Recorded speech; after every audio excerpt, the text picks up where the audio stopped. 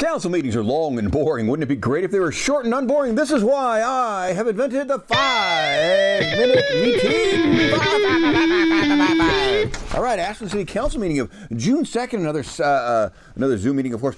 This guy decided to read the police chief's letter that he had written to a citizen explaining how officer training went and the hiring process there. And the police chief himself explained how the police tried to be helpful in the 3 George Floyd protests on Sunday in Ashland, and the chief marched with the protesters and for a while, and the flag was taken from in front of the police station, but the cops did nothing. And of course, Ashland, they just gave the flag back to the city. And then this guy says, hey, it's a Flag Day on June 14th, and all citizens are asked to do the Pledge of Allegiance at noon on the 14th.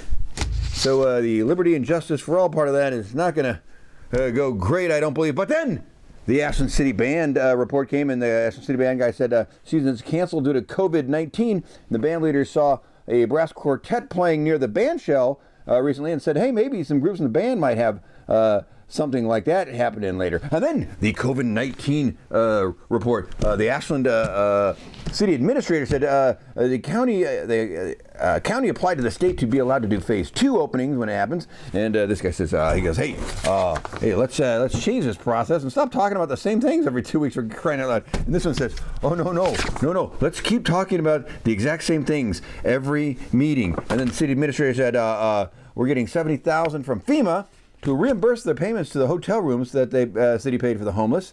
And they said that they applied for $400,000 in reimbursements for other COVID expenses from the state. We'll see how that goes. And then the city said they got $70,000 from the Business Oregon, a small business assistance, but the city has to match it with $70K, so $140,000 will be available to any business in Ashland who didn't get any state or federal money. And then that money will be dispersed, decided by some form that Business Oregon has. Okay, and then the state of emergency was extended until the next meeting, all approved. And then there's a public forum. Of course, there was not. And this guy goes, hey, FYI, public forum's all emails now. So get them in by Monday at 10 a.m. before the meeting. And this guy goes, hey, why is it 10 a.m. on Monday? And everybody went, I don't really know. And then the city administrator's report, the city administrator said the look-ahead document is being done better, and something about something else. And then the downtown street closure is being discussed in maybe 6 to 8 weekends in a row, shutting down Main Street as making it a walking street with some table areas, and maybe making Main Street just a 1-lane street instead. But ODOT, the Oregon Department of Transportation, has the final say. And then this one says, hey, what's up with it? What about the artists on Guanajuato Way? And the city guy said, that's a Parks and Rec thing. We can't do anything about that. And then she goes, this one goes, hey, can we close the plaza whenever we want, right? And the city guy said, yeah, totally, we could do that. And then this guy says, how will this all get figured out? And the city guy said, depends. And then this guy says, well, like, when is it going to get figured out? And the city guy goes, well, it's all on the Chamber of Commerce we're all waiting for. And then this one said, where can artists sell stuff?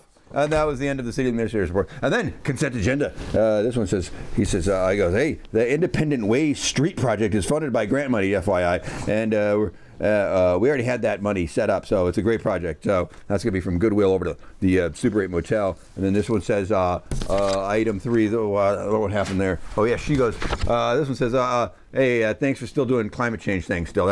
And that was all approved. And then new business. This guy goes, hey, I got a bunch of questions for the city, so we're going to talk about that for a long time. And so first, can the city tell the public what's being done?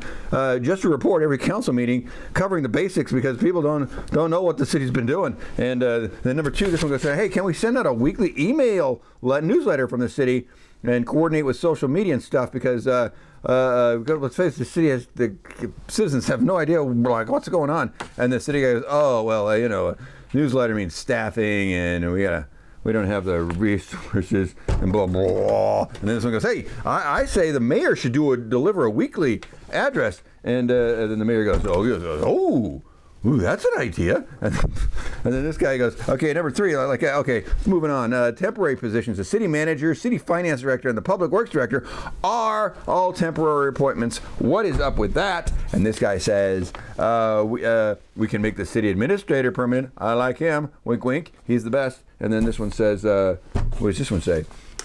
It says, let's not rush into a bunch of stuff. And this one says, let's not rush into stuff, but we should also hurry. And then the city administrator said, we are continuing to search for candidates. And then this one goes, hey, I got next item. Now that the city hall bond didn't pass, we need to figure out how to get city employees out of that dangerous city hall. And then this guy goes, hey, we need to lay out a timeline plan for fixing or rebuilding City Hall and then a strategic plan for all future projects. And then this one said a bunch of stuff, didn't make any sense. And then this one says, let's have an exciting strategic planning study session. And then this guy goes, says,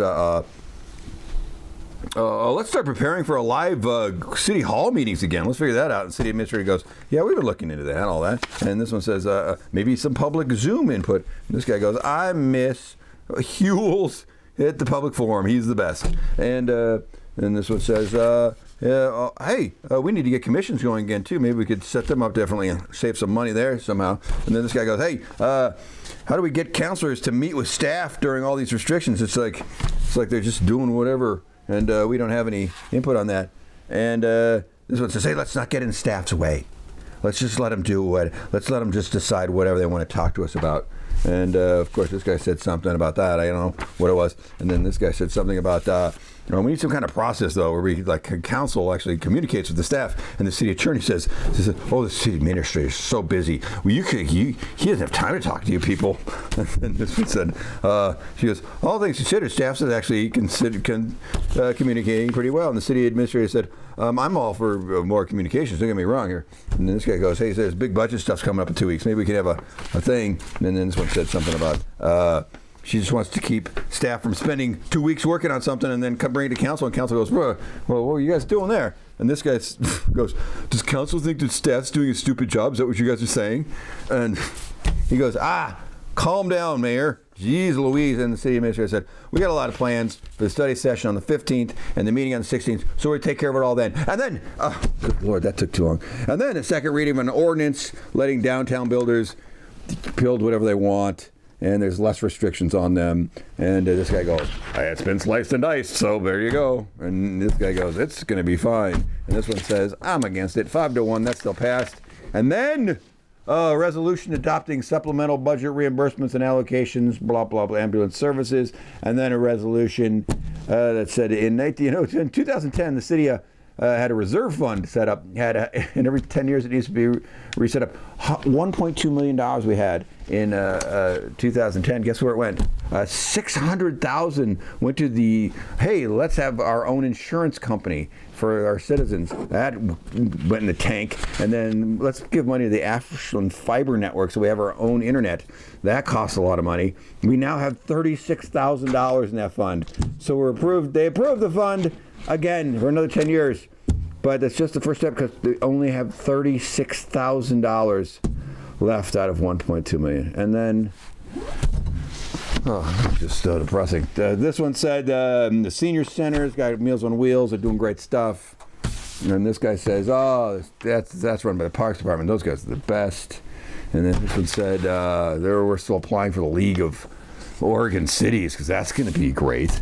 And then this one said she's working with Aura on a Truth and Reconciliation Commission. End of meeting. You're welcome. Buh.